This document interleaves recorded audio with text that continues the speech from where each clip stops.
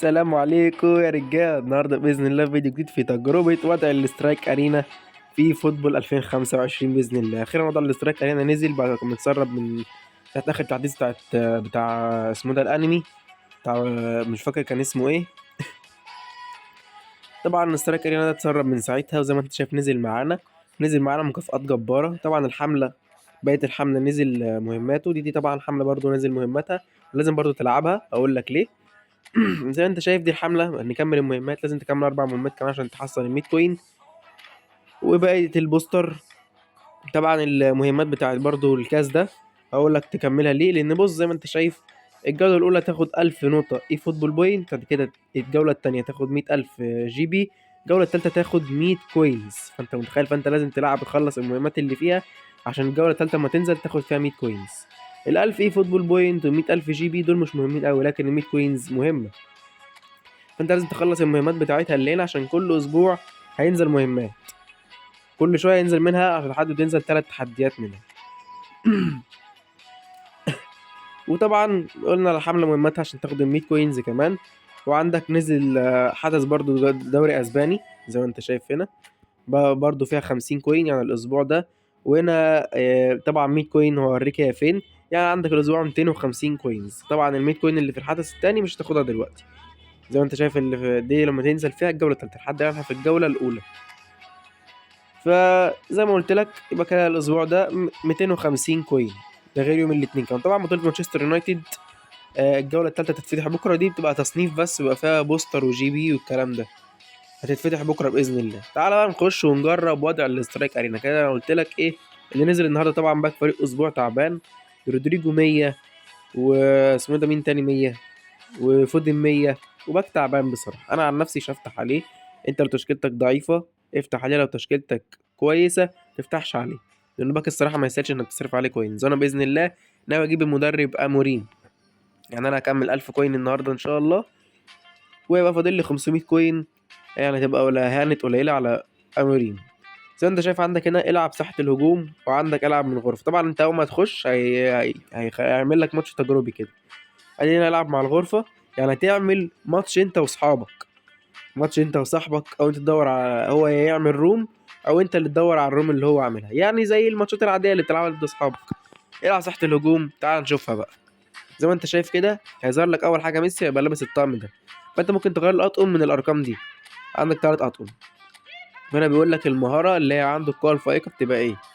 طبعا عايز تغير الشخصية، عندك شخصيات هي المفتوحة عندك هتخلصهم من المهمات. طبعا انا هلعب بنيمار عشان عنده الحركة السريعة. عندك دون كده ركلة الشبح، وهنا الركلة القوية من سواريز. عندك هنا بقى الشخصيات هقول لك تفتحهم ازاي. طبعا انا هختار نيمار زي ما انت شايف كده، دي المهارة بتاعته، وده اللبس اللي انت ممكن تلبسه له، فانا هلبسه اللبس ده عشان اخف يعني. وهنا تخش بقى على المكافآت.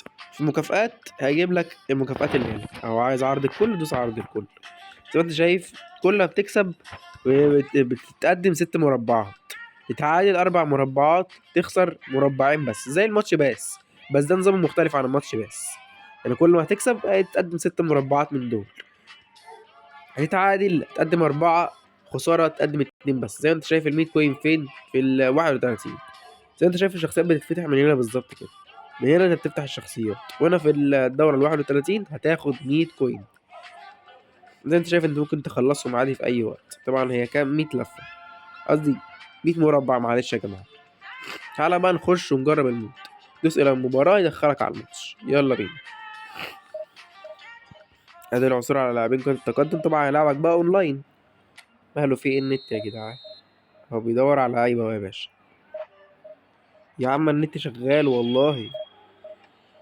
نقعد نجرب احنا بقى هنا لحد ما يجيب لنا خصم. ودي الخصم مش راضي يجي ليه يا مسهل.